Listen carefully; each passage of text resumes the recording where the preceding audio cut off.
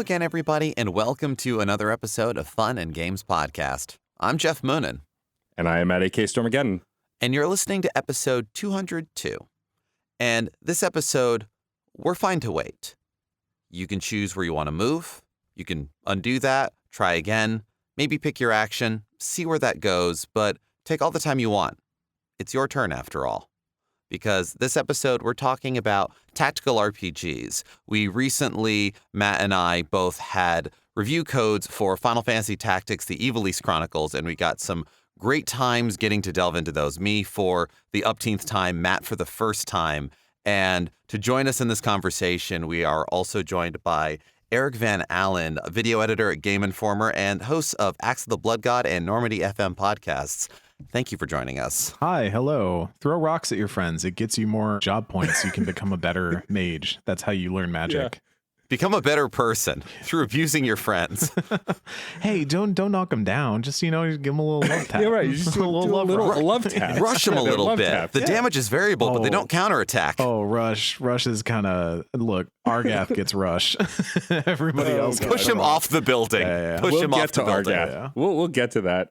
Eric, we're so excited to have you. Basically, once I got hands-on with tactics, I immediately DM'd you and went, Eric, we want to do a tactics episode. Please do this, because of all of our friends who like tactics games, I would call you the scientific term of a tactics sicko. Yeah. And I guess to start the conversation, because I'm a relatively new fan of tactics games, played them in the last 5 to 10 years, I know you go way back with them.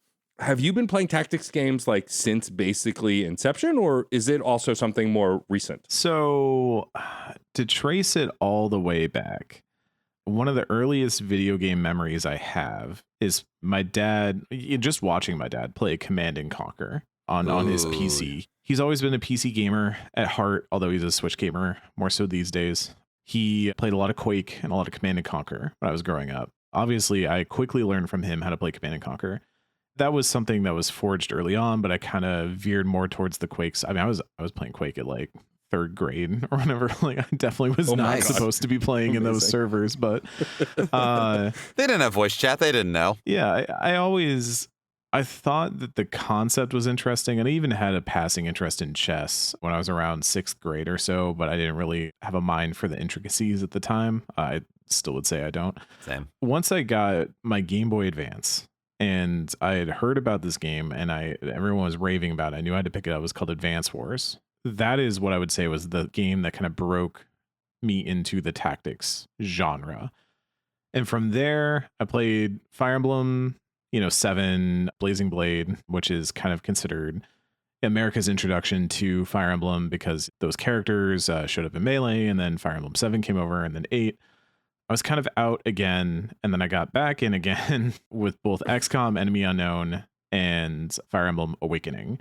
And those, I would say, are really what solidified my love for the genre. I also had a very, very long love for a few DS tactics games that I do think are still probably some of my favorites of all time. Those being Shin Megami Tensei Devil Survivor, one of the best series that Atlas has ever made, shout outs, and Final Fantasy Tactics A2 specifically on the DS. Enjoyed those a lot. I would say I enjoyed those specific games more than the genre, and it was actually XCOM Enemy Unknown and some of the later stuff like Fire Emblem Awakening that really like locked in my love for what tactics can be and the tactics genre. From there, it was just whatever I could play, It was Valkyria Chronicles. It was more XCOM. I really like XCOM. More Fire Emblem. And somehow tactics always eluded me. So this was actually Ivalice Chronicles, which I reviewed for Game Informer. I've played so many other tactical games over the years. And I think even, like you said, people would identify me as a tactics enjoyer, a tactics sicko.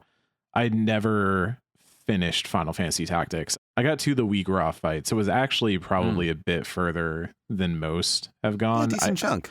Yeah, I thought it was a longer run, but no, I definitely specifically remember fighting Wheagraw, so I got pretty decently far into it. This was my first time rolling credits on the game and really kind of seeing it in all of what it was, and really reaffirmed that I just love this genre. It's such an interesting, fascinating genre that might seem very one note from the outside, but has so much room for depth and complexity once you get into it. Yeah. I would argue that tactical RPGs, strategy RPGs, however you want to think of it. Whenever I think of strategy RPGs, I think of the conversation of RPG development that went on between East and West during the 80s into the 90s. The way that Dungeons and Dragons was formed by taking chainmail rules and making it more about the individual than about the army. And then PC RPG development of, Wizardry and Ultima moving out towards Eastern PCs and those becoming more, again, about the characters. And you get Dragon Quest and Final Fantasy, and then that came back over here and back and forth. Strategy RPGs is this interesting kind of, if you make turn-based RPGs a little more board game, war game strategic, if you make your RTSs a little more character-driven, if you make your card game a little more board gamey, if you make your stealth game a little more, whatever it might be. Funny thing about genre is always trying to define what it is or what it isn't. And there is an interesting kind of strategy RPGs are kind of a bunch of other ones, but a little more or a little less. And you end up in this spot that's really a nice pocket. Yeah. There's an impermeability to tactics that makes it really hard to nail down. As you highlight, RPGs and strategy games have long history together. You even see that in some of the titans of the genre games. Again, like XCOM is one that I keep going back to because I just think that it's the easiest cultural touchstone for people, especially in the West, to understand what tactics games can do and what they're able to do. It also understands the idea of the campaign as something that exists as not just a vehicle for a specifically laid out story, but the campaign is the idea of this is the format in which you are engaging with the tactics. But that's getting very into game designy stuff. But there's also, games like Invisible Inc. are a tactics game and arguably a tactics RPG because of the way they play out. Ivalice Chronicles, which I mentioned earlier, is a tactical RPG, a strategy RPG, even though that plays out in pseudo real time and a weird mix of turn-based and real time. Geoff Chronicles, which came out recently, was a really interesting example of a more traditional I believe Growlancer was the name of the original series, like that style of real-time strategy RPG. But you even go back to things like Heroes of Might and Magic or Age of Wonders. There's so many interesting ways to kind of take that divide, and then you look at the absolute titans. Warcraft 3 is kind of the one that you can always look at and say that is an RTS that bolted an RPG inside of it, which then got turned into Dota, which became a competitive RPG, a 5v5 competitive real-time RPG, which is a strange thing to say, but that's what that game is. It makes it kind of hard to nail down what a tactics game is. I think there is kind of the classical interpretation and the modern interpretation. And if you were to look at what the classical interpretation is, it is Final Fantasy Tactics. I feel like this is maybe not the blueprint, but certainly the touchstone that everyone goes back to. This is born out of the ideas of the Ogre games and this incredible gathering of talent under Square to build something that was unlike what Final Fantasy had done before, but really tried to stretch the bounds of what Final Fantasy could be. Basically spawned an entire world out of it because Ivalice, I forget if Ivalice was a concept before Tactics, but I certainly mark Tactics as where Ivalice feels like it becomes its own thing. And then I think so, yeah. Kind of grows into a larger realm that they work in so many other games. It's a really fascinating realm to look at where you go okay, there's the classical interpretation. There's the Final Fantasy Tactics is the hallmark, but then what is the modern tactical RPG? Well, it might be closer to stuff like Ivalice Chronicles. It might be closer to stuff like, P5 Tactica certainly takes a lot of influence from things like that, but you look at definitely. Mario and Rabbids, which I think is actually Mario and Rabbids Sparks of Hope might be one of the sickest modern tactics RPGs. And that takes influence from a lot of different things. It takes so much influence from stuff. Gears Tactics, an underrated tactics game, was a really fascinating examination of what you could do with that kind of setting in a tactics game. I think it worked very, very well. So yeah, no, it's such a weird thing to peg down that it is almost strictly vibes based. And there just has to be some level of, I think you've got to feel like a commander. You've got to be somebody who is not taking immediate direct action, or if you are, it is because you have kind of was it Harbinger from Mass Effect 2? You've assumed direct control for a brief moment and then you zip back out, but you're not playing a singular character in the battlefield. Even Dynasty Warriors, a game that you could kind of argue gets around this stuff, is still largely a character action game because you're playing a character. And you start seeing the weird ways that people even explore the idea of how a character action game could merge with the ideas of a strategy game and with the ideas of an RPG game. So it is a hard thing to nail down, but I do think you have to feel like a commander. You have to feel like you are ordering forces that are greater than just a single solitary person. And that's kind of where I always start with identifying what is a tactics game. Yeah, I feel like the joke answer would be, is it on a grid and or is tactics somewhere in the title? If tactics is in the title, then yeah. It's pretty solid. And usually those ones are like the games that specifically draw on Final Fantasy Tactics as inspiration. You look at it and there's often a lot of stuff in there, but they are going to be drawing heavily from tactics as a basis. I'm expecting some level of, they're going to have a job class system. They're going to have kind of bespoke named characters that have their own toolkit, and then maybe a bunch of grunts that can kind of mix and match. And you're going to have kind of a turn order that you adhere to that plays out over the course. You're going to have a grid. You're going to have facing directions, and that being an important factor, something that is not a factor in games like Fire Emblem. All that just kind of plays off of each other. And there's so much nuance. So that's why I think people sometimes think it's a deceptively small genre, because they're like, oh, Fire Emblem and Final Fantasy Tactics, how different could those, they seem like similar games. And they are familiar in the way that playing Magic and Pokemon as card games looks very similar from the outset. And then you start playing and you're like, oh, actually, there's a lot of nuance in the ways in which these things work differently, in what is allowed in one game and what's not allowed in the other, what's important in one game and what's not important in the other. It's a deceptive level of depth. Yeah, and where the tactical ideas come in, where you have something like in Ivalice Chronicles that is much more about location and distance, where Fire Emblem has a little bit more rock, paper, scissors, cogs working within each other. So the closest you have for that in Ivalice Chronicles would probably be Zodiac compatibility, which doesn't do enough to stand up to that and is also too complicated and is meant to just be something of a randomizer, I would say. There is something about that like a tactics game, when it's cooking, does need a level of meaningless bullshit. Yes, I agree. You could theoretically min-max, and like that's what I do really like about tactics as a game, is that I think it understands that it's a game that wants to be broken, and so it gives you a lot of tools to break it. Yeah. And just kind of lets you discover them. Discovering, like I was joking about earlier, the fact that you get job points from taking actions in a battle in Final Fantasy Tactics. The game doesn't really care about who you're taking those actions against. They just have to succeed. Yeah, you just have to have a successful action. So pelting a friend in the back of the head with a rock can sometimes be a very beneficial thing to do if you want to be min-maxing your job points gain. And you might run into, and I have an image, I think I might have actually put it in my review just as kind of a cheeky nod to anyone who knew to look for it. My entire party, there's a Moogle running around in the background because I killed everything else in the encounter, and the Moogle was only healing itself and running away. And I gathered around one character and had my party just beat on each other and revive each other and just build up crazy amounts of JP, because I was like, well, I really need to farm up. I got some abilities I got to put on these guys. I got to max out these classes. I got to hit max on a class so I can get the thing that I need, so that I can swap to another class and use that as the basis moving forward and stuff like that. And there's a lot of weird optimizations that happen when you're in that end game state. And I was like, well, I need to do this now because it's about to be a lot of work to get through the last few missions of this game. And so you can see a Moogle running around in the background while everybody beats each other to near death. And that's tactics.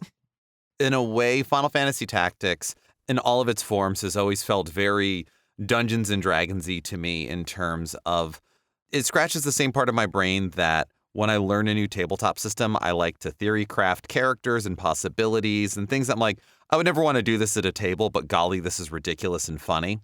Any amount of the Jumplamancer from D&D 3.5 or ways that people can use a diplomacy check to become a god, levels of things that, yeah, they want you to break it a little bit. You don't have to, but have fun. They're very systems-oriented games, which I think is really interesting. But I also think the tactics games are some of the most instructive when it comes to understanding that story does not always come from just written words on the screen, right? And again, that's where I go back to XCOM. And so many people got into XCOM Enemy Unknown when it came out. They were like, oh man, this like sick mission happened last night, and we were down to our last guy, and threw a grenade and it was a Hail Mary and it landed, or like, oh, I had to leave someone behind and it was awful and stuff like that. And that is story. That is emergent narrative in its purest sense, in the way that, you know, a lot of tabletop games end up kind of building around and building off of. That does get pretty difficult to do when you're talking about building a story campaign within a video game. And so that's why I highlighted the importance of the campaign structure when it comes to strategy games, is because they do reveal a little bit about gameplay design when you're playing them. Is you have these moments of, oh, it's not just like the story of Tactics is good. The story of Tactics is incredibly good. It's like a top tier, like all timer, honestly. And Ivalice Chronicles does such a good job of disseminating it and portraying it. Oh yeah. Like we'll talk about it in a minute. Like the voice acting alone is such an incredible value add to this game that just makes that thing shine. Yeah.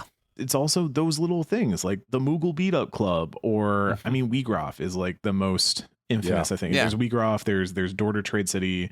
I mean, every time Ramza's got a 1v1 somebody while he's split from the party, and he has to do it like a little bit more often than, like, I think he maybe has to do it twice, but it's that meme of like, I've only done it twice, but it's weird that I got 2 nickels. You know what I'm saying? Yeah, pretty much. And there's so many little interesting nuances of this game that come out of those moments. And that is really due to, I think, absolutely impeccable map design, incredible encounter design, thoughtful ways of thinking about how to just lay out a map that is not too large, not too small, has a level of verticality that I think really adds a lot to the diorama scale of this game, and then forces you to take troops that you understand, troops that you know, troops that you can pilot, and rethink how to approach them when you are on the back foot, when you are in a disadvantageous position. Because this game, not quite as often as Tactics Ogre, but pretty often, loves to make you start at a worse position than your opponent.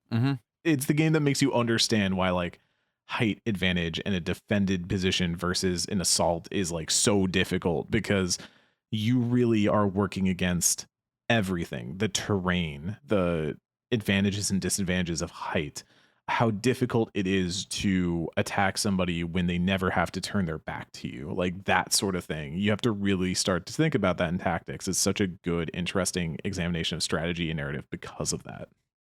And the times when you are able to find whatever little strategy in that particular map or in general that lets you get past that, it's like you are dashing yourself upon the rocks of this. You are dying over and over again. Yeah, one of those 1v1 times with Ramza, if either Ramza or one of your other units has teleport or ignore height, suddenly what's a wall? Nothing to me.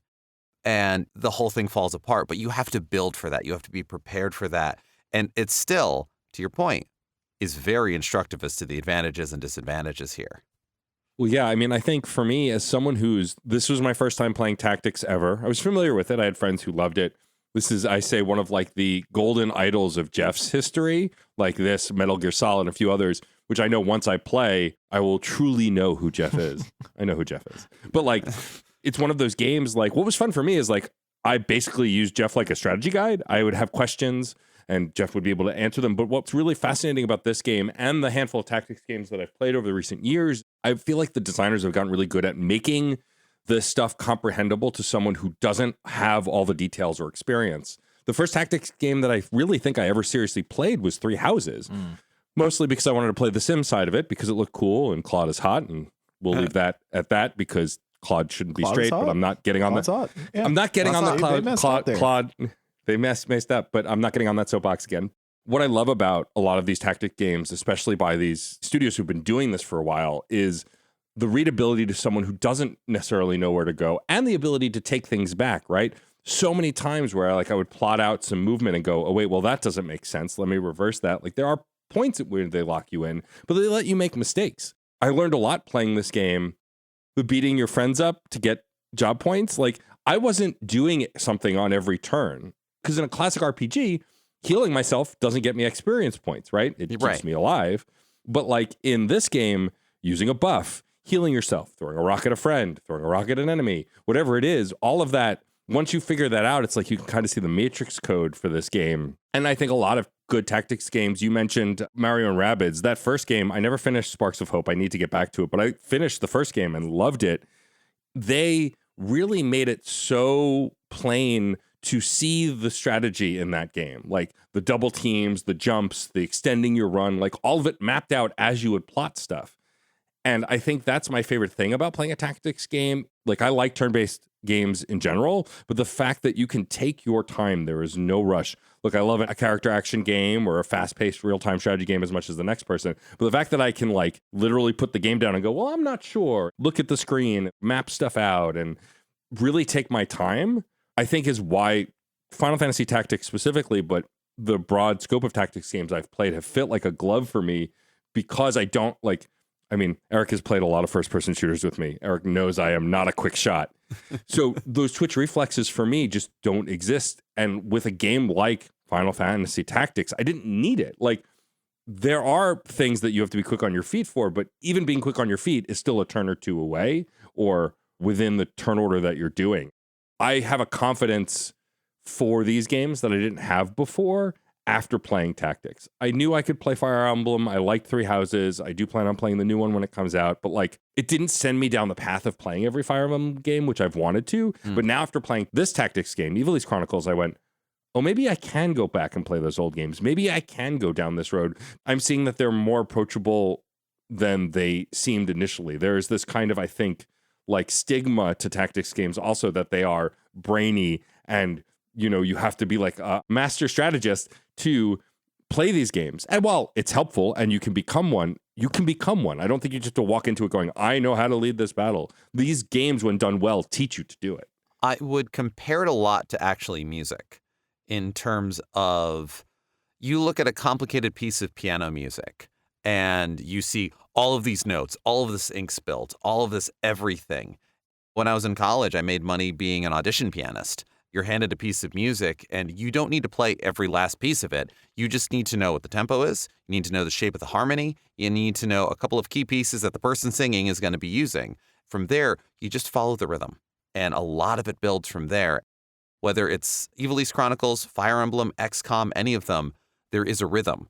Like Eric was saying about the disadvantages that you are put at in Ivalice Chronicles, I found most battles became easier once all of my characters had some kind of, whether it was focus from basic skill or something that took a turn, they didn't have to move, it got them a little bit of experience, and it made the onus of closing space on the enemies. Meant that when I had my next turn, I was better able to get in there. And also, if I had anything that boosted stats, it was just the like, and go, rather than on the beat, versus any other game or any other kind of battle. And there again, it's, yeah, peeling away the matrix code and going, what's important here?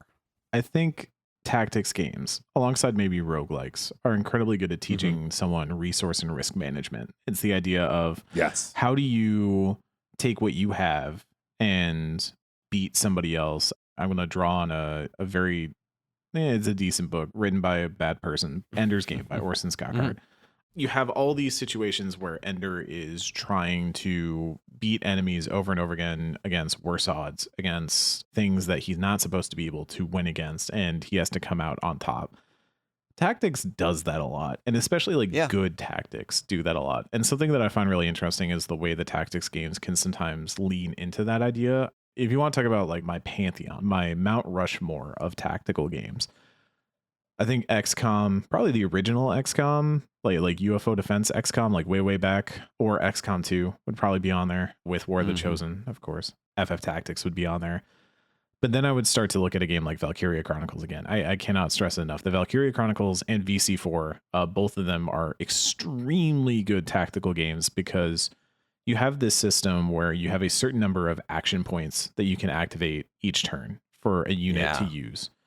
This is what allows you to both fire and reposition, and the enemy is operating under the same constraints that you are. Every time you activate a unit, it's going to eat up an action point. The first time.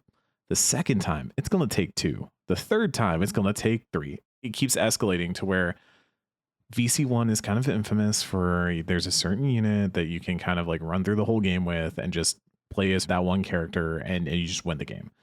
VC4 did a lot to address that, but it also meant that you had a lot of moments of having to maybe leave a flank exposed because you needed to wipe out a threat on the other side. There's a tank pushing in and you need your Lancer to be able to take it out now. I think Into the Breach would also be one to look at. Yeah. It's literally, and I think the thinking in the genre has been leaning this way pretty heavily over the past few years, is perfect information. The idea that if you are playing a tactics game, it's okay to give the player perfect information, and it then allows you to ramp up the difficulty without the player feeling like it's unfair. You might not always have a perfect turn in which you do everything you want to do and you don't take any damage and everything goes your way and it breaks perfect. You're always taking risks. There's always a risk. You're always saying, okay, I'm going to move. If you haven't played Into the Breach, it's a game about time traveling mech pilots who try to stop kaijus from destroying the earth. It's awesome. It's so good. Amazing. But it's also a game about, I'm going to position my giant robot here so that way it blocks a bullet from a giant insect from hitting this building, because if it hits the building, then I lose population here and that affects my overall global resources. So I need to not just think about, how do I do damage? How do I clear this map? But what is my enemy doing and what are my real objectives here? And what are resources I'm okay with spending a little bit, right? Mm-hmm. I'm okay with taking a little bit of damage if it means that I hold the line. I think it's good when a game pushes you to do that, because I think too often strategy games, people approach them and have to quickly learn that perfection is the enemy of greatness. Yeah. The idea that you can play these games and play them perfectly, and if you're not doing so, then you are like faltering, you are not playing them correctly, whatever. You're supposed to lose a lot. Weegroff is supposed to kick you out of his damn castle and say, you got to learn how to beat me. Dorter is supposed to teach you early on, like, hey, you got to figure out that height and magic are important in this game and figure out how you address those problems, or else you are not getting through this zone. That's all like very important stuff to learn. And I like that from a game that says, we're going to teach you important things and reward you for doing so, but you are going to have to learn how to adjust your play style and play the game and not just play your game. And I think, like you were saying, that sort of perfect information is an excellent piece of that. As one who put hundreds of hours into the PS1 version of Final Fantasy Tactics, there's so many remakes, remasters, updates, whatever, that feel like, oh, they've removed the challenge, or, because you can control the cameras, it's suddenly the challenge all goes away. Ivalice Chronicles gives you so much more of the code up front. Yes. When you are changing jobs, it tells you what their innate skills are. When you are looking over anything, you are able to see a lot more of it. Things that I knew intrinsically after all of that time I spent on the PS1 being open book for anybody else walking in. Like, Matt can now have access to knowledge that, like, I had to bleed for. Good. Yeah. Absolutely. Yeah. Now I can enjoy these better. And it's that removal of friction as well. A game like Celeste, where they can kill you as much as they want in this very punishing game because you're back instantly. You're in the same room, no load time, no ha about it, off you go. If a battle goes south in Ivalice Chronicles, you have several options for how far back you want to go. You can't go back a turn or two. You have to restart the battle. Or you can reload the save, or you can just absolutely leave the map and come back later, even if it is a storyline battle. I'm saving somebody who's about to just be set on fire. Doesn't actually happen in the game. Something like it does. They're actively on fire now, and I have to put them out. Well, the battle's not going well, so I'm going to go level up a little bit and come back and do better. Allowing for that means, yeah, we can be punished a little bit. We can have this challenge thrown at us. We can feel on the back foot because it's all the more satisfying when we overcome it and it doesn't feel cheap. Those castle fights used to be that once you started them, you were locked into them. And it was infamous that, several of them have very difficult fights in their sequences. And you could get to the end of it or even halfway through it and be like, oh, I'm not equipped to handle where this was going. I'm 3-4 levels under, and maybe I was like clearing the first few maps easily, but now, I'm getting my butt kicked. Giving you the ability to just pitch back out and say, like, actually roll back and go back. There's such a big to do over, I think it was Fire Emblem Awakening, but there's always been a big to do over having a version of that game where there is no permadeath, because that was always the hallmark of Fire Emblem. And it was very strange for especially US players who had only been playing Fire Emblem for about 2 to 4 entries to suddenly be like, we demand that Fire Emblem stay true to its time-honored formula. It's like, okay, unless you were like seriously porting that stuff over and importing and playing fan translations on your laptop or whatever, like you only played like a GBA Fire Emblem and maybe the GameCube one. Statistics saying probably not the GameCube one. There may be 5 people in that crowd who've actually done it, but it's a big crowd, so it's just 5 people. Yeah, it's. I always thought that was an interesting thing, because I do think there was a version of me at some point in time where I would have been like, yeah, I played Fire Emblem this way. And you know what I did when I lost a character? I soft reset. I hit select, start, L and R. Every single time. It's like I was already doing the thing that the game was doing. It's just adding fewer steps and being like, hey, you don't want to go through all that. Like, here's an option. And if you want to do that, you can still do that. You can play those games with permadeath if you want to. You little freak. Right. Like, you can go do that. That's if you want to be a freako, you can be a freako. I've been a freako before, but sometimes I don't want to be a freako. Sometimes I got a job. I got to do something the next day. Yeah. I invested a lot in that character, damn it. Yeah. I mean, this is like part of that accessibility conversation. And I think what's been really cool to see, even as a new player, is how many games have added so much accessibility to the people who want to engage with the genre. Like, it's funny, Wildermyth is a game that when I was playing it, I didn't think of it as a tactics game. I just thought of it as a cool indie game where I could name characters after my friends, and then sometimes terrible things would happen to them. It was a tactics game that I quite enjoyed, and that really does hold your hand to like learn the basics, but then kind of lets you off to go, all right, go make mistakes. You're going to find them and you're going to be in trouble. And I think that is probably more a hallmark now than the hardcore permadeath crowd who want like these bone-crunchingly difficult games. I get the want for that. And the thing about tactics too, especially Ivalice Chronicles, is that it's still there.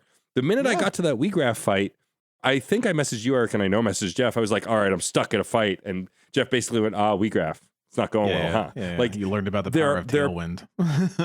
Oh my God. Yeah. And they're like, those benchmark moments I think are important, because then I just grinded for a while. I was able to beat him. Some might say I overgrinded by like 10 levels. No, trust me, WeGraph is built like a brick shit house. You did exactly the right thing. There's no such thing as over leveling for WeGraph. When I went in there, it was literally a case of my Ramza was a ninja dual wielding fists, which is very funny. Yes. I went in there with that plan because it was literally either I punch him twice and he dies, or he hits me once and he kills me, and that's the game. That's the ball game. Yeah. and speaking to emergent gameplay, the thing that I keep running into is the names for all the abilities in Ivalice Chronicles is a better localization than they were on PS1. But I still remember some of the PS1 stuff. Tailwind, the ability that Ramza can use to raise either his or a nearby unit speed, used to be called Yell. Oh, yeah. And I did that exact same strategy, Eric. I was a monk with 2 swords and guts. The entire battle, if you want to describe it in terms of what happened, Ramza ran around the room yelling his head off, and then he punched WeGraph twice and won. Yeah, the whole idea is that you have an ability that boosts your speed, for that battle. I was going to say for that event. No, until the battle ends, your speed stat goes up by 1. I kept thinking in Magic terms. I was like, until the end of this turn. No, that's not how it works. Last in, first out. What's on the stack? It's literally you just boost your speed until you outspeed him to the point that you can take 2 or 3 consecutive turns before he can hit you back. And then you just run in and try to kill him as fast as you can. There are other ways of doing that fight, but honestly, even if you have a fairly leveled Ramza, it's pretty hard to stand toe-to-toe with WeGraph. I think that's actually a really cool, interesting piece of thematic detail to latch onto, that this is quite literally probably the strongest character in the game. You will run into a bunch of other bosses in FF Tactics, but you get your whole party for that, and you can team up on them. And even though they kind of have powerful abilities, it's kind of balanced around the idea that you have your party there. WeGraph is probably pound for pound one of the strongest units in the game if you scale relative to when you are encountering him, and he will scale depending on. So if you level, you can get kind of an advantage, but then he'll also get stronger because Tactics is a game that scales with you it wants you to always be at kind of like the right level for what you're doing. You can be under level, but if you try to over level, it will scale with you, which can make some of the final battles very, very disgusting if you go in there a little too prepared, which is maybe my one nitpick of this game, but there's a very effective post-game solution in this version as well that I think works. Yeah. It's just fascinating. And we have all this. We've barely even talked about the story, but I think the other hallmark I have for tactics games is that I think pound for pound, they have some of the best writing in video games, just straight up. I think both Final Fantasy Tactics and Tactics Ogre Reborn, aka Tactics Ogre Let Us Cling Together, Tactics Ogre, whatever you want to call it, that Tactics Ogre game, some of the best writing I've seen in games. Truly powerful moments of character writing, of plot development, of choices and twists and turns. If you enjoyed FF Tactics, the Ivalice Chronicles, you should go play Tactics Ogre Reborn. It's good. It's like, what if this was sadder, darker, harder? And there's a lot less high magic and a lot more like, it's almost more Game of Thronesy, but like early seasons of Game of Thrones where everybody's just stabbing each other in fields of muck and mire and everybody's sad all the time.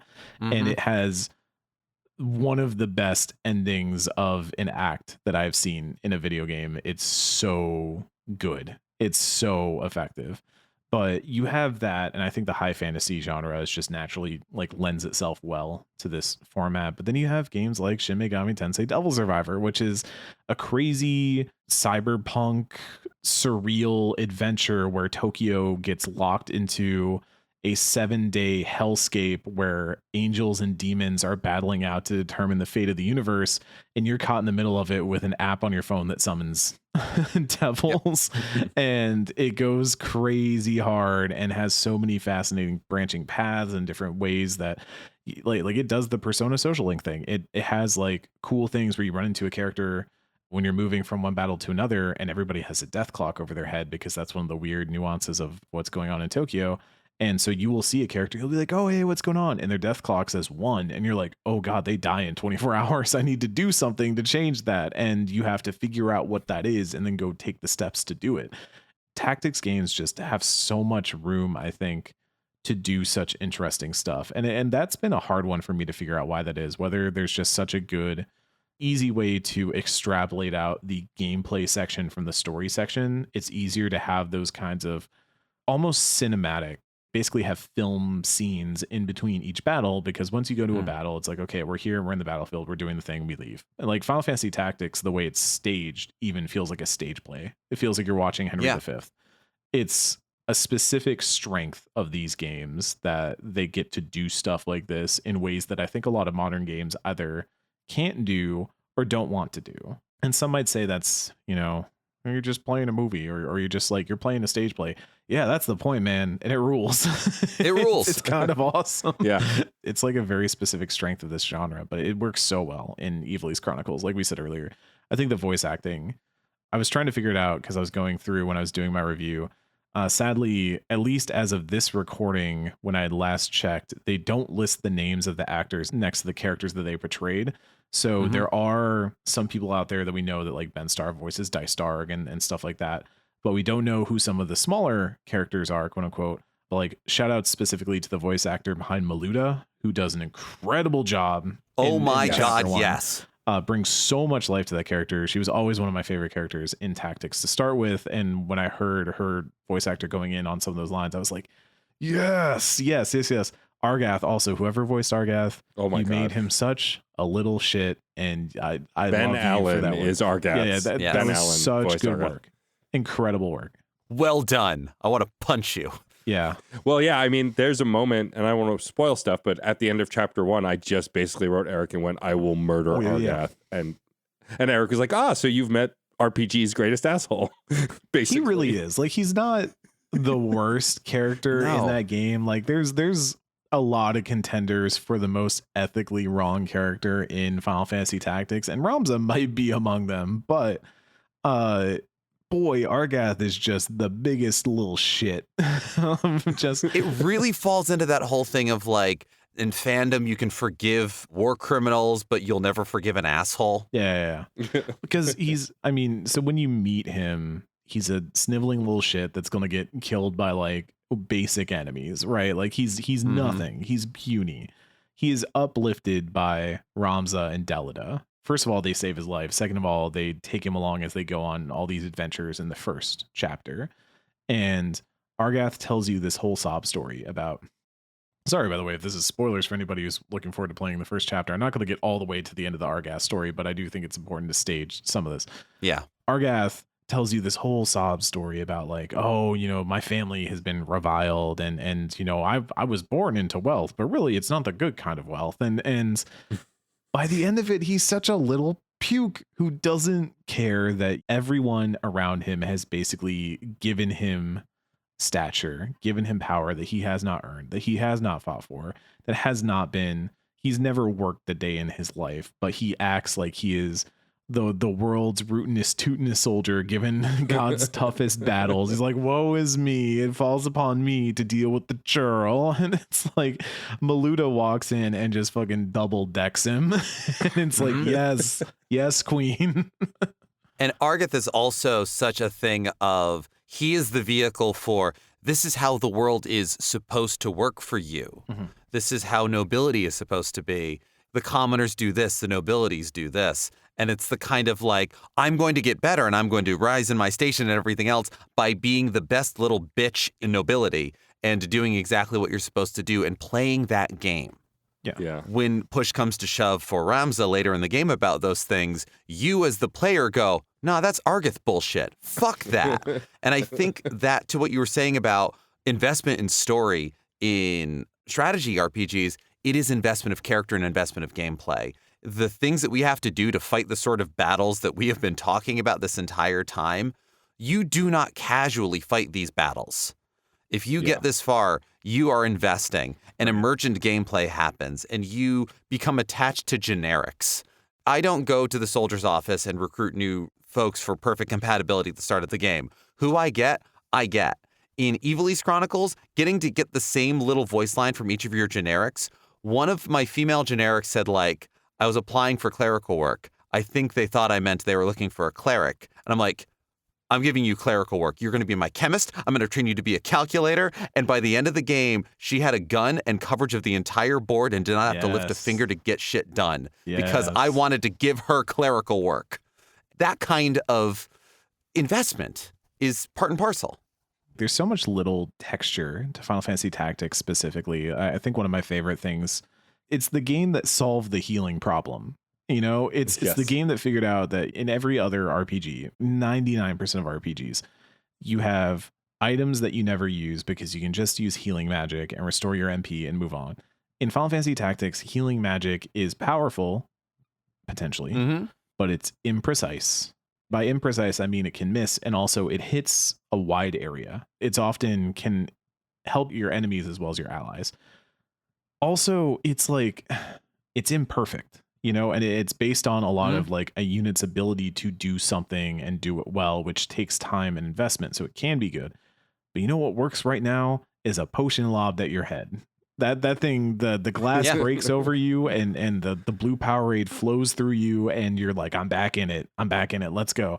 You're back, baby. You don't have to deal with faith at all. You don't have to believe in God to drink the blue Powerade. I don't have to believe in God if I have blue Powerade. I've always said this. And I find it such a fascinating game, even for that reason, that you have magicians and wizards that can cast spells and can do these big summons, and they all die to a dagger, you know, if you stab them enough. And there's so much good in that life, interesting texture to everything in Tactics. And I do think that is, again, a hallmark of the Tactics genre, is that you will have characters that can become powerful, can become extremely powerful.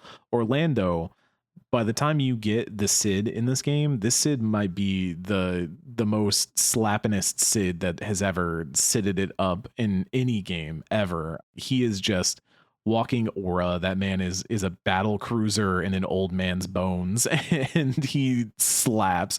There are a lot of people that purposely don't play with Cid in their party in the end game because they think he's too strong, and that's so valid. But I use him because he is incredibly powerful. Of course. I love all that added texture of a vast arsenal, but, you know, knives still work, daggers still work, guns still work.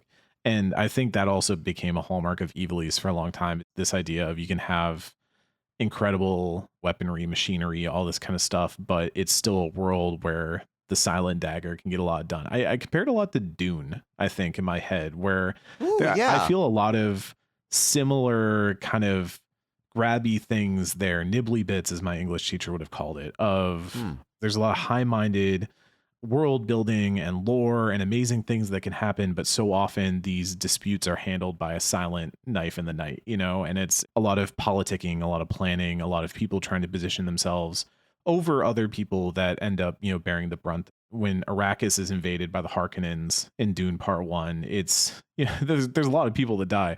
It's a lot of Atreides that die that just wanted to show up to mine some spice because they got told to by the Emperor. And all of them are suffering for the actions of the few that want to control the flow of spice. And the same thing happens in Tactics, where everybody's just having a war because they're like, well, it's probably time for us to have a war. It's probably time for us to get around to war again. And let me tell you, if that ain't the realest thing. I'm playing this in 2025. I just kept having moments where I was like, this game was too prescient then, it's too prescient now. It really grapples with stuff, and it grapples with it unabashedly, unapologetically, and just gets into it in ways that I wish a lot of games could kind of punch at this weight. It is the hallmark of Ivalice games, I think, especially that they can really dig into the human stories of all this that works so well for me. They use fantasy to allow for, it's not prescient, it's just scient. It's knowing how humanity is, but it's fine when the monster that is trying to control everything because they truly believe they are can literally turn into a monster that you can kill. It is kind of a nice thing. But yeah, I would say that 3 of the biggest, strongest movers and shakers in the Ivalice Chronicles, outside of politics, are 3 men who just don't want to see their sister die. Each of them, each their sister, whether they do or they don't, and what they do afterwards causes a lot of the changes that happen in Ivalice. Irregardless of all of the big movers and shakers, there's 3 little daggers, silent daggers moving around, making things happen. I admittedly haven't played every Final Fantasy game in existence. I've played quite a few of them, but I think Tactics by a country mile is my favorite story-wise. Even, we won't get into spoilers here, but the ending isn't maybe exactly as we would have envisioned. I will say that the ending, well, when I talk about not liking the ending, it's really kind of everything that happens after a certain encounter and the maps that follow and just how it gets a little bit too into the whole fantasy. It feels a little bit too much like a Final Fantasy game in those moments. And I'm like, I get it. I get you set all this stuff up. You got to close it all out. But the actual ending, like the postscript, the epilogue, is brutal in a way that it's excellent. I don't, well, I mean, I say you don't think of as being a Final Fantasy thing, but I'm thinking of the endings of 15 and 16. Maybe it is kind of a Final Fantasy thing. It's also a bit of the original Final Fantasy as far as who's remembered in history and how. Yeah, exactly. Like who controls history. The fact that as much as things change, a lot of things stay the same. And the huge events can transpire from one point of view that might never truly be perceived or understood from other points of view. You know, it's a big world. And did some random farmer in a different country like really understand or know anything about Ramza's journey and his whole adventure and all that? It probably was just another day in the fields for that dude, you know. But the lives saved were saved regardless. And that's also important, and that's part of it too. Ultimately, the way it tells its story, and it goes back to also the characters, like specific characters have specific interactions and specific battles too. If you bring Cid to fight Dice Dog later in the game, they have a back and forth because he knew Dice Dog's father, right? He knew Ramza's father. Little things like that, I think, are really phenomenal as well that you can get in other games, but I think is very unique to Tactics games depending on the units you bring, because you have capital M main character units, and then, you know, the other units that you name and that you can give their own narrative to, and they're all equally important for different things. And I think this game, as well as a lot of others in the genre, do that really well, where they make even those battlefield moments feel unique. I think a lot about, because it's the Fire Emblem I've spent the most time with, you know, the way Three Houses did their battles and the storytelling on the battlefield, whether it was the lessons in the school or actually fighting the battles outside of the school.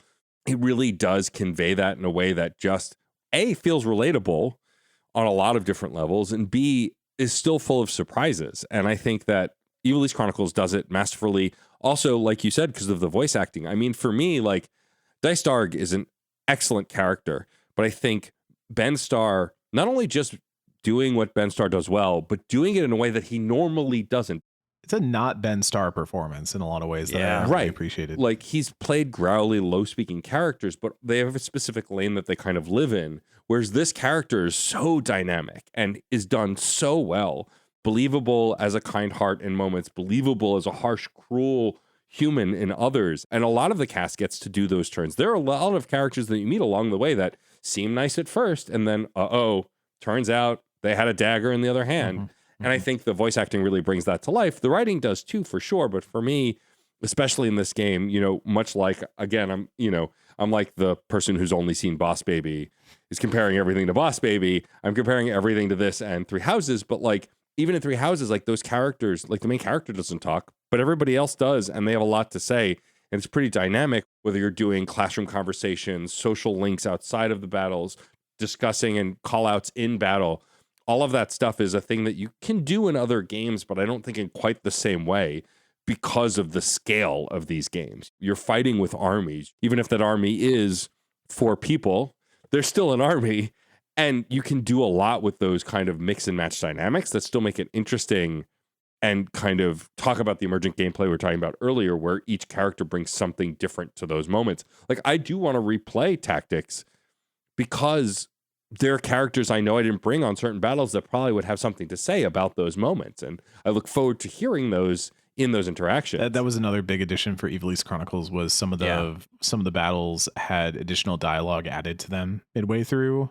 I think you will notice it the most probably around chapters 2 and 3 is when I was noticing it with specific characters like Agrius having like more, because there are a few characters like Agrius or who's the, oh my gosh, I feel bad forgetting her name. She's the church Inquisitor. Yeah. Meliadul, the one who you get after Sid, who already has her abilities. Yeah.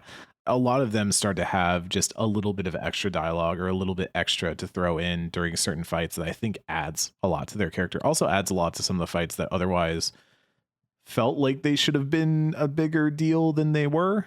I still, when I reviewed this, I think I gave it a 9.25. There's still a few things that I wish had been done to make this feel like the definitive version of the game. It's missing some more of the lines content, which is a pretty big bummer. The graphics are not bad. I want to be clear. They're not bad. There's still like some of the smoothing. I don't always love the way, especially on terrain, that the smoothing looks. And there's lots of little ways I was able to nitpick it to be like, okay, well, this still isn't like the idealized version of this game, right? Like, this isn't the like seal it in cement and never pull it out again, right? But like I wrote in my review, I think there are a few games that I would say are important to the canon of understanding the development of video games, and I think Final Fantasy Tactics is one of them. I think it is one that we don't talk about as often, frankly, as we should. It's also a game that if I walked up to random people on the street, I was like, what's your favorite video game? And they said Final Fantasy Tactics. I'd be like, yeah, that's a good pick. That's a good pick. And I will tell you, maybe this is judgy of me, but there's not a lot of games that I would be like, oh, yeah. Every once in a while I'd be like, oh, that's why'd you choose that? Yeah. But, you at least are like, cool. Why? Yeah, but Tactics is like, of course. Yeah, Tactics is one where I was like, oh, that might be mine too. And I think everybody who plays it kind of comes out of it being like, yeah, that game just unquestionably slaps. Like, there's certainly parts of it that aren't as strong as the others, and loses, like we said, steam in the very, very tail hours of it, and a few places in the middle. But just the opening chapter is maybe some of the best video gaming you can play, just period. Best time you can have with some pixels moving on the screen.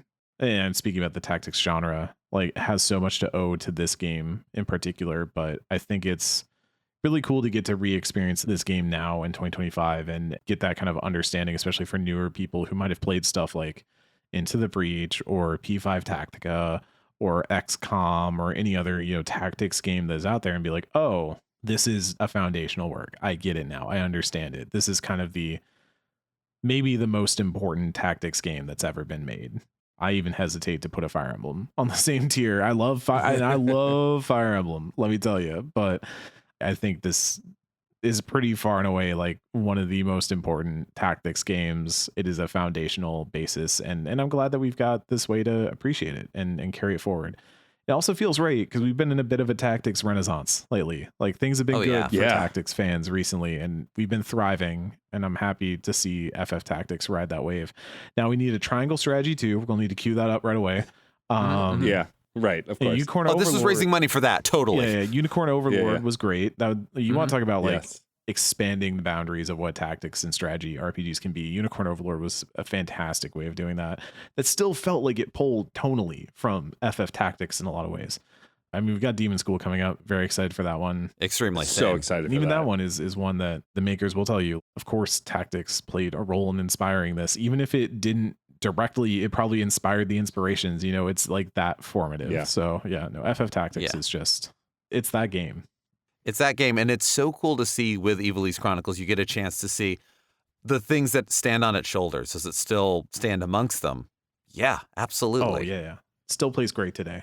And I would even say, you gave it a great score, and the sorts of things that you gave nitpicks of were the kinds of things that people might look at that and go, yeah, but I actually really like that. But their opinion versus what is solid fact. I just want the Dark Knight, and I want Balthier. Come on, put Balthier in the game, man. It's, Matt and I were talking about this a little before you hopped on the call. Like, I do lament a few things from the PSP version not coming on board, but there is also the fact that some of it felt a little too much for too much sake. And something I do like about tactics is, Fire Emblem, they're making so many of them. So they're making more of them. 100 years of Fire Emblem. And there is that matter of how much is enough. And everyone's got a different amount on that. But I do like a tight experience. And it is weird to call a 50-hour RPG a tight experience, but it is. But it really is. Like, it's funny. So I wanted to hold out for the Switch 2 code for this, which took a little longer. Sometimes that's just how it goes when you're requesting code. Sometimes Nintendo keys take longer to come in. But I'm glad I did, because being able to lay on my couch in handheld with this screen in front of my face playing this game, like the hours just melted away. Like, there are times where I play a game like, again, my favorite RPG that I'll never play again, Persona 5 Royal. Love that game. Will never spend that much time playing a single video game ever again until Persona 6, I guess. And it felt its length. Even though I liked it a lot, there were moments where I was like, God, I can't believe I've spent all this time on this game. But when I finished Ivalice Chronicles, I looked at that total number and went, oh, really? I played it for that long? Because it moves to moment to moment in a way. Like, if you want to not do any of the side stuff and just go through the main story, you'll have to do some grinding, but for the most part, you can just do that, especially in this new version where you have waypoints on the map. They make it so much easier that you can just start battles and go right into them. You can opt in, opt out. It's so nice. It's so much better than it used to be. Yeah. It just was one of those experiences that made me go, is this a Final Fantasy Tactics experience, or is this a tactics experience? And like you mentioned Unicorn Overlord, I've had it since the end of last year. I got it as a gift, and I've been meaning to play it. Once I finish obsessing over Pokemon, I will probably pop that in, because you had talked a lot about it. I know you and I, Eric, had a lot of conversation about it because I wasn't sure, and you had loved it.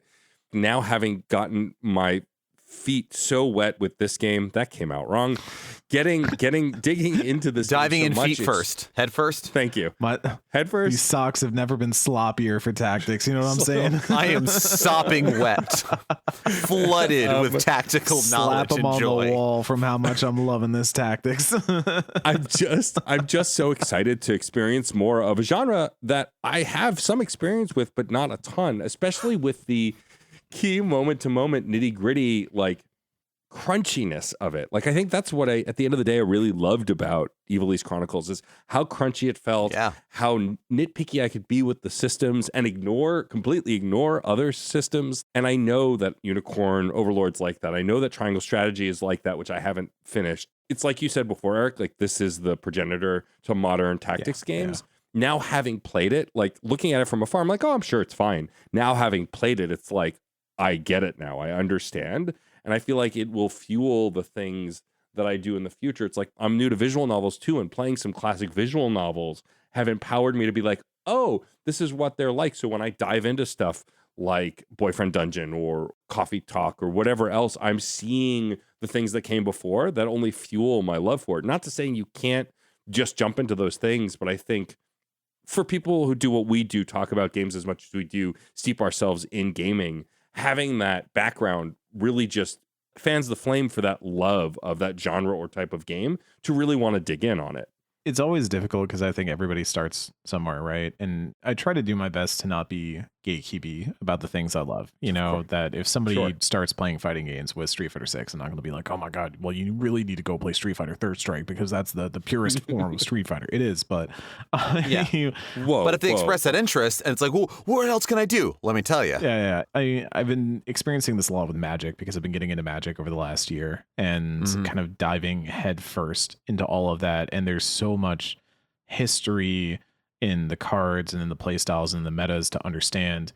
The nice thing I've always liked about Tactics is it's kind of a contained meta in which people have definitely developed strategies, ideas, ways of mixing and matching these jobs. Something I really like about a good Tactics game, I think, is that you can just boot it up and do a fresh run of the campaign and it'll always feel just different enough. It's familiar, but maybe you do something a little bit different. Maybe you say, this time, maybe I'm going to spend more time working on the archers.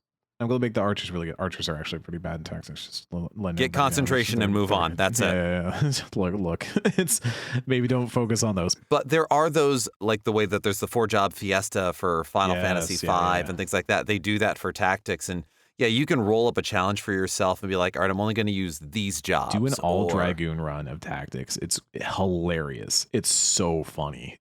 I have a friend who's doing it all after they play through Ivalice Chronicles once or going back and doing an all Chocobo run. Nice. And just have Chocobos, which after getting 2 Chocobos. Beast taming adds an entirely different advantage on this. That is my entire post-game experience right now. I am just poaching and taming and capturing, and I'm playing Pokemon as a post-game and having a great time. I think it's a hallmark of those games that when the systems are built right, that there is just enough variance that it still feels fresh, even when you're kind of doing the same missions again. And even re-experiencing those maps, a good map is something that I don't mind fighting on multiple times over. I mean, there's an entire Twitch channel, which people should check out if they haven't before, called FFT Battlegrounds, that gains notoriety around, I want to say 2019, maybe 2020. It was when I was working at US Gamer because I wrote an article about it. RIP USG. But if you've seen Salty Bet, which takes a Mugen engine and takes kind of custom characters from fighting games and pits them against each other in AI 1v1 battles, FFT Battlegrounds does that with tournaments of 4-on-4 FF Tactics where these units have kind of been built up by players over time and they gain power over time and will kind of clash and fight each other. And you see this game is so deep in ways you don't even begin to broach when you're playing the campaign, and you might not even ever need to see while you're playing the campaign. But then you start watching FFT Battlegrounds and you see like, oh, so that's what happens when a behemoth and a chocobo fight each other, because that like realistically is not going to happen when you play FF Tactics yourself. Like your first run of FF Tactics is going to be very straightforward, fairly vanilla by comparison compared to the weird sorts of interactions you can get when somebody is dual wielding books in FFT Battlegrounds. But you get such cool, interesting things that happen. And I think that is the hallmark of a great tactics game, is when the system is so rock solid that you can add all those levels of variance, and it's going to be fascinating to watch them bounce off each other. And that's why I still love going back to them. When I think about games I love to replay, it is roguelites, because they're built to be, replayed. But also tactics games, I think in a lot of ways are built to be replayed. You're built to get a lot out of every single battle. And I think a really good tactics game understands that to its core. And it's something that I sometimes see modern tactics games falter with. I did really like Triangle Strategy. I do think that for every 2 strong, memorable maps in that game, there were 3 less memorable maps. I think the most infamous one is the one where you're defending the village and you have the option to set the buildings on fire to kind of hold off enemy forces as they push in. There's a lot of really cool thoughts in there, but then there's a lot of maps that are just like, oh, you're kind of just in a field. And even the just in a field of an FF Tactics or Tactics Ogre is suddenly, okay, well now there's height that you have to worry about. There's these weird bridges that can provide more movement options than if you're trying to go through a river and you don't want to get stuck in the river because it's going to eat up your move points. But the bridge is going to be a choke point where like one big burly knight unit can go in there and hold the ground and say like, you can't get through here. I'm going to cut you off through here and stuff like that. That's the hallmark right there. That's the good stuff.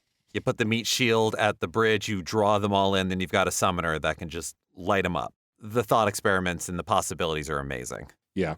I think the thing that I look forward to as someone now who's going to go off into the world and play so many tactics games with all the free time I have and no other games to get through before the end of the year. Don't worry about it. No, Demon School. Totally We're going to play Demon School. Around the time this episode drops, right. I think Demon School is just about out. And I will say Demon School takes a really interesting like pseudo approach, but somewhere between Into the Breach and FF Tactics, where you have these sorts of positioning matters, combo follow-up attacks type thing, but then also this sort of you have perfect information, you want to execute in a way that is going to make this all work. I've played the demo for Demon School probably about 12,000 times at this point. Yep. Yes. It's really cool to see this space evolve in real time around us, because I do think we're in a height of tactics renaissance. It's exciting to now go take this knowledge into games. Like I still haven't played Marvel's Midnight Suns, which was basically designed for me. And the XCOM games, which I've had for ages and never really played.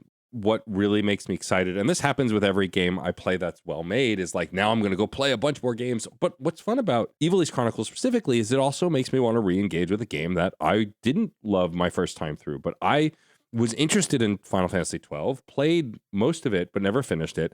But now loving this world so much, I want to go back and play that game. I want to play the Game Boy Advance game version of this because I want to try that, right? Like, I think that what's the real mark of a great tactics game and a great game full stop is making you excited to play more games in that genre, more games in that series. Final Fantasy Tactics, the Ivalice Chronicles, I figured I'd call it by its full government name, did that in a way that now I'm really excited to dive in deeper. I equate it to visual novels, having only played those over the last 5 to 10 years, but like a game like Slay the Princess also made me go, oh, you can do this with a visual novel? Like makes me excited for new stuff coming along the way with a ton of other stuff. And so what really made me excited to play this, talk about this with you guys today and dive into more games in the genre is getting to experience something that's core to one of my closest friends, but also one of the benchmarks of the genre, and then get to dive into more. The true sicko thing you need to do now is you need to find the meeting point of visual novels / adventure games. You know, they kind of get lumped together pretty often nowadays, but I will say like visual novels / adventure games. And by adventure, I mean traditional adventure, not like Telltale style adventure. It's a whole thing. But take that and then take tactics. And at the meeting point, let me tell you about the 100-line Last Defense Academy. I've heard of this. Yeah. It's pretty sick. A top 3 game for me this year. It's real good. Yeah. I mean, and as someone who's only played a little bit of Danganronpa but has wanted to play more of that series, I hear that this also shows off that creator's talents. Penchant, for lack of a better word. Frivolities, even frivolities. But that's just it, right? I mentioned 2 genres I liked, and you went, "Well, I've got a game for that." And I think that's the thing I love about modern gaming in a way that when we were younger, we didn't really have the same kind of access to. Is basically you could take 2 genres, put them together, and go, "I've got a game for that," right? Like rhythm turn-based RPG, which we got several of this year. We're at a high point for gaming, and to get to play a reimagining of a classic tactics RPG that can then just make me more excited for other things in this genre and beyond has been really exciting. And I'm really excited to touch more of these things when I don't have 8 other games that I'm currently trying to get through. I know that there is the Boil the Frog music taste project where you put in 2 albums and it like makes you a playlist leading from one artist to the other. If somebody has that for gaming genres, I would love to see it. Even if I disagree with it, I want to see what your thought process is.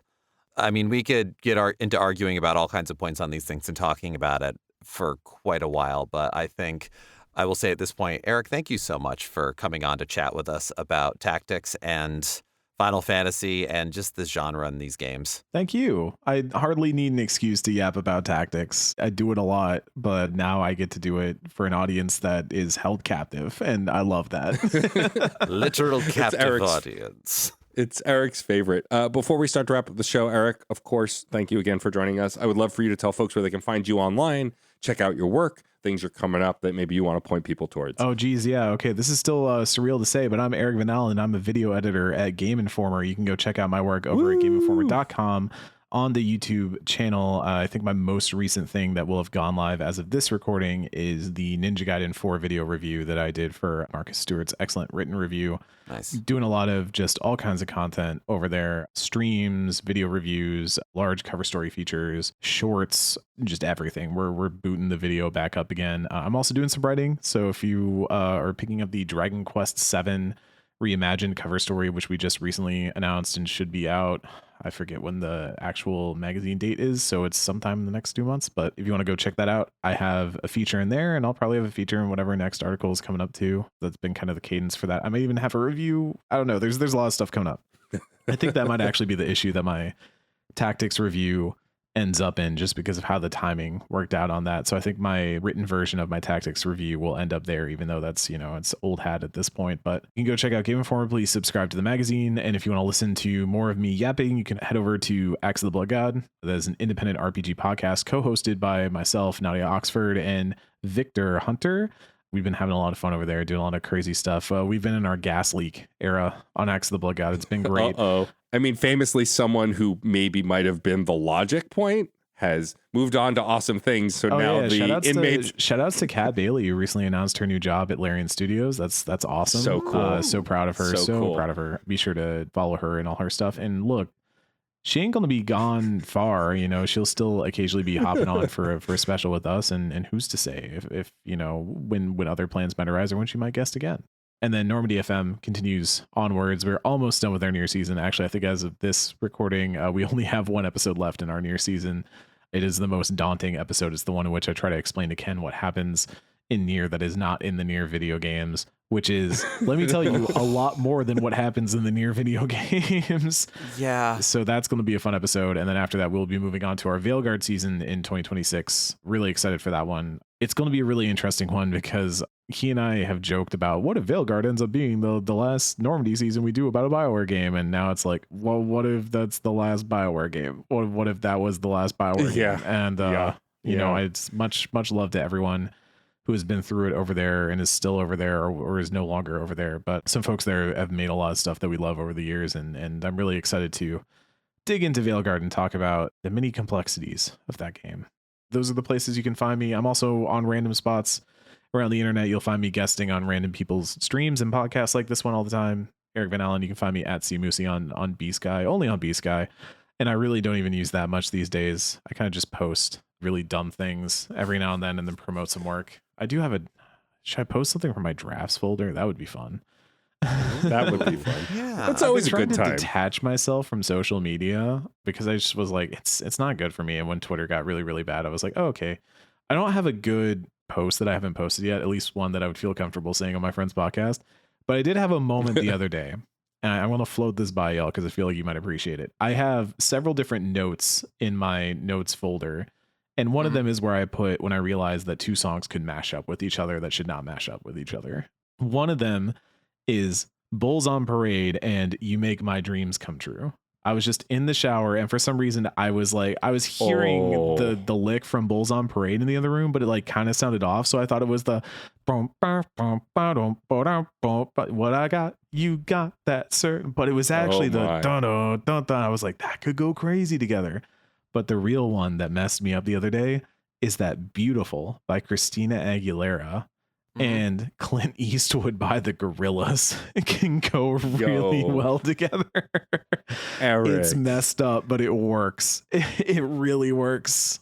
I hate this for us. Next time you hear Beautiful by Christina Aguilera, just start doing the I'm happy, I'm feeling glad, I got sunshine in a bag. It works. I'm not kidding you. So yeah, that's my gift to y'all. But yeah, go find me. Thanks. Go find me at those places. And go find Matt and Geoff at their stuff too. They do great work. Yeah. Thank you. Thank you. Appreciate it. And thank you again for joining us. I'm sure we'll have Eric back. We clearly covered everything tactics related, so we couldn't possibly have anything else to talk about. When is this publishing? Sometime that's not after tomorrow morning. Oh yeah. We can talk about the Outer Worlds too. You want to talk about the Outer Worlds too? We can totally. I mean, goddamn, yeah. Yeah, I mean, not in this very moment, but yes, absolutely. But yeah, listeners, thanks for joining us on this ride. Let us know, do you have a favorite tactics games? We talked about a lot of them and not nearly all of them. But what are some of your favorites? Have you played a tactics game before? Have you not? If you haven't, why not? What are the things that are maybe keeping it at arm's length? Let us know. We would love to hear from you. What makes a strategy RPG for you? What makes a game tactical besides just tactics in the title? I'm going to give you 3 games, and I want to know if you think they're tactics games and to tell me why. Baldur's Gate 3, Metal Gear Acid, Slay the Spire. Think about it. Ugh.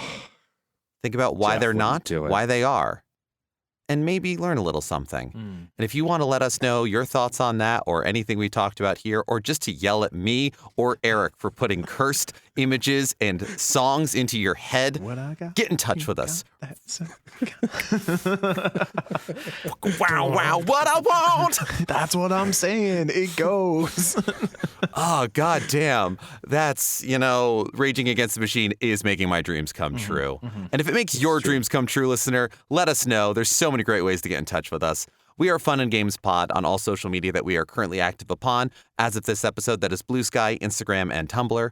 Email us at funandgamespod@gmail.com. Let us know what you thought of this episode, what you thought of previous episodes, what you'd like us to talk about, and who you'd like us to talk with on future episodes. You can visit certainpov.com and find not only other fantastic Certain POV podcasts, but also a permanent invite link to our Discord server where a lot of these conversations continue. A lot of topics form there where we share games that we've beaten, screenshots we really like, and yeah, occasionally just some really strange ideas. But it's a great place to find some new games and chat with some good people. If you like what we do and want to support us, we do have a Patreon, patreon.com/funandgamespod. There is a free tier. You can get access to our RSS feed and participate in the polls when we want to find out what our next console retrospective should be. It is a one-stop shop of all the things Matt and I are working on. We appreciate all of our patrons, and we are especially grateful for those who have the means and wants to financially support us, especially those on the high scoreboard. Today, the high scoreboard is Alex Lavelle, Case Aiken, Daniel Nyden, Sean Bowen, Film It Yourself, Patrick Edwards, Alejandro Alves, Curly Bright, and Chris Copleen. Thank you so much for your support. Please enter your initials. You will gain experience and job points for every initial you put in, but only once you hit end. This isn't Final Fantasy II. You can't enter A, delete, A, delete, A, delete. 3 letters, you will get points for each of them, though, but only when you hit end. Really a lot of respect to any of our listeners who gets every one of Geoff's reference. I get a lot of them, but sometimes I'm even left in the dark. If you want to support us and you don't have the money, there is a free way that you can support us as well, which is writing a review on whatever podcast platform you're listening to us on. You can rate and review us in those places. Also want to take an opportunity to start doing something new that we should have been doing a long time ago, but shout out the editor of this episode, which is our very own Geoff Moonen. And thanks to Geoff for composing the brand new theme that you've been hearing since episode 200, our original theme as well. Geoff composed both the opening theme and end theme for the podcast as well. So thank you, Geoff, for doing that. That's why we haven't been giving credit to anyone for the music. It's just been me and being like, it's weird if I say it's me. We haven't been stealing. I'm only stealing from... But whether you've been enjoying the music, whether you're a big fan of tactics games, whether you're somebody who never brings Sid with you because you just want the challenge, or if this is your first episode of Fun and Games, thank you so much for being here. We couldn't do this without you. This is a conversation. Thank you for being a part of it. I'm Geoff Moonen. And I'm Maddie K. Stormageddon. And happy gaming. Hey, Nerf herders. You sure you want to go with that? Hey, everyone. There we go. More inviting. Have you ever had a movie that you really wanted to love, but something holds you back? Or one that you did love in spite of a flaw? Well, I'm Case Aiken. And I'm Sam Alisea. And on Another Pass, we sit down with cool guests to look at movies that we find fascinating. But flawed. And we try to imagine what could have been done when they were made to give them that little push. We're not experts. We just believe in criticism. Constructive criticism. Sure. So come take another pass at some movies with us. And every now and then, we can celebrate movies that did it on their own, too. You can find us at certainpov.com or wherever you get your podcasts. Pass it on. CPOV. certainpov.com.